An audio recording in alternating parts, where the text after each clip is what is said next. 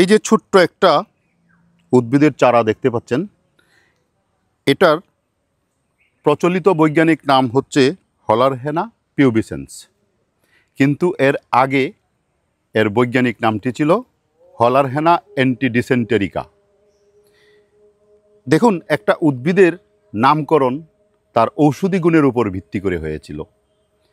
অ্যান্টিডিসেন্টেরিকা ইপিথেট অংশের নামটি, অর্থাৎ এই উদ্ভিদের ছাল বেটে এটার রস, পাতার রস যদি খাওয়ানো হয় তাহলে ডিসেন্ট্রির জন্য খুবই গুরুত্বপূর্ণ এবং চমৎকার কাজ করে।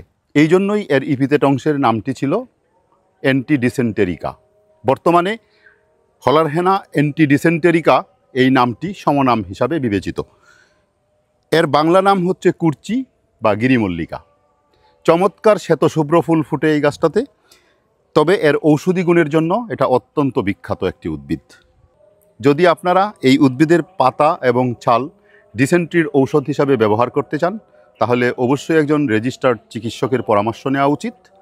তবে ভিডিওতে বর্ণিত ঔষধি গুণাগুণ শুধুমাত্র শিক্ষামূলক কাজে ব্যবহারের জন্য।